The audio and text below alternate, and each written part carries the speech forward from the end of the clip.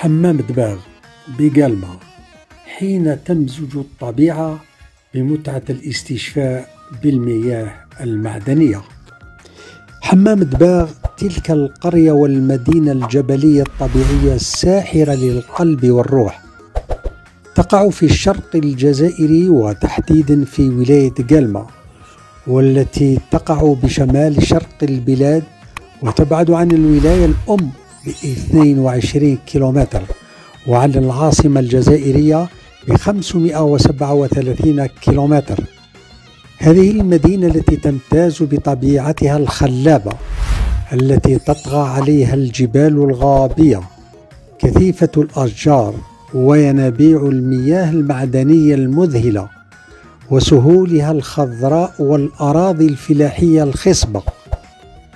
بهذه المدينة الفتية الساحرة توجد محطة معدنية اسمها حمام مسك الطين أو حمام الشلالة أو حمام المسخوطين.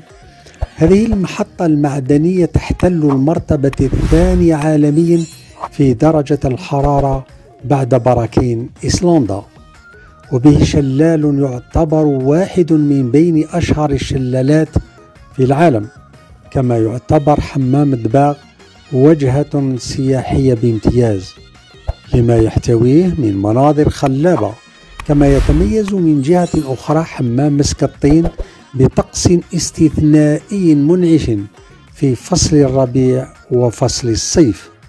وجدير بالذكر أن منطقة حمام دباغ تتميز بغاباتها الجبلية الجميلة والساحرة، والتي تتضمن أنواع من الأشجار المثمرة.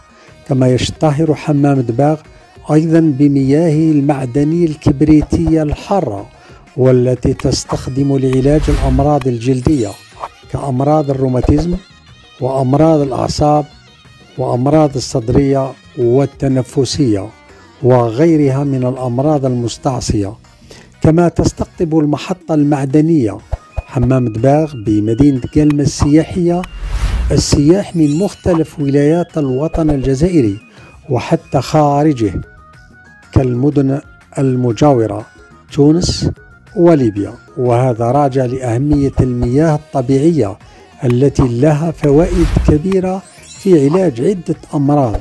كما يعمل سكان حمام دباغ في الأنشطة الحرفية التي يقبل عليها السياح للمحطة الاستشفائية الباحثون عن العلاج.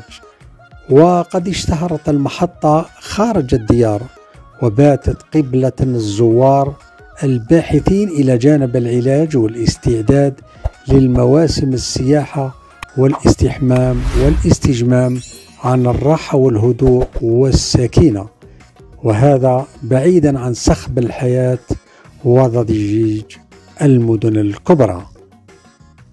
من قناة سياحة كوم، أراسلكم بدر الدين تومي.